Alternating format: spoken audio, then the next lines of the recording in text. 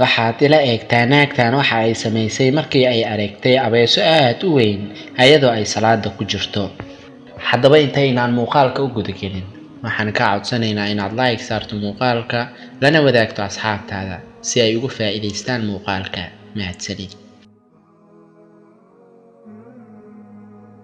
camalka wanaagsan waxa uu qofka gaarsiiyaa inuu rabbigiisa ka raali noqdo, asigana waxay dhiirigelin ugu noqonaysaa inuu camalkiisa wanaagsan uu aad u badiyo, sidoo kalena uu ka fogaado wax kasta oo xunba.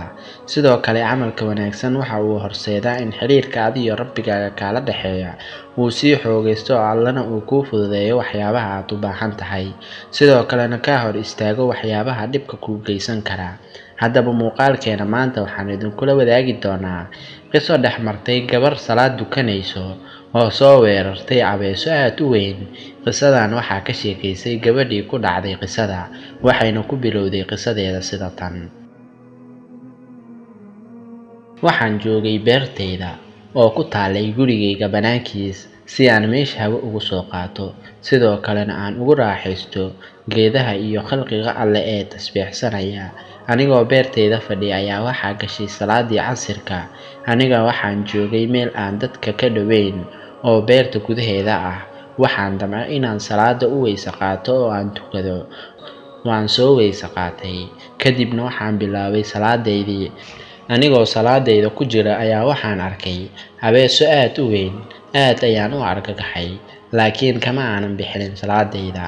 waxaan xasuustay inuu rabbigayga uusan i dayici doonin oo salaadeyda ayaan iska watay. intaas kadib waan sujuuday oo waxaan sujuuda dhexdeeda ku yiri 3 jeer subxaana rabbiyal aclaa. intaas kadib waxaan dabaracsiiyey anigoo leh بسم الله الذي لا يضر مع اسمه شيء في الأرض ولا في السماء وهو السميع العليم. intaas kadib waxaan ka soo kacay sujuudii. waxaan arkay abeesadii oo iska laabatay sidii in aysan arkayn oo kale. markii ay gabadhii salaadii dhamaysay kadib waxay ku laabatay gurigeedii, waxayna ninkeeda uga sheekaysay wixii dhacay. ninkeedii aad ayuu u ooyay, markaas ayuu yiri ilaahay subxaanahu wa tacaala wuxuu yiri wa huwa macakum aynamaa kuntum. ayadana waxay tiri Allo waxa uu kaloo yiri yaa ayuhalladhiina aamanuu istaqiimuu bis-sabri was-salaat. naagtii markeedii aad ayay u ooyday, waxayna u dhacday sujuud ayadoo Alle u mahadcelinaysa. markii ay sujuudii ka soo laabatay kadib ayay ninkeedii ku tiri ma ogaatay salaada iyo ducada faa'iidadooda. qisadan waxaan ka faa'iideynaa in salaadu tahay shay qaali ah, wax walba dhib ahna ka hor istaagayso. intaas ayaan muuqaalkeena maanta kusoo gabagabayn doonaa. intaan muuqaalkiisa xigo ku kulmi doono, sidaa iyo nabadgelyo.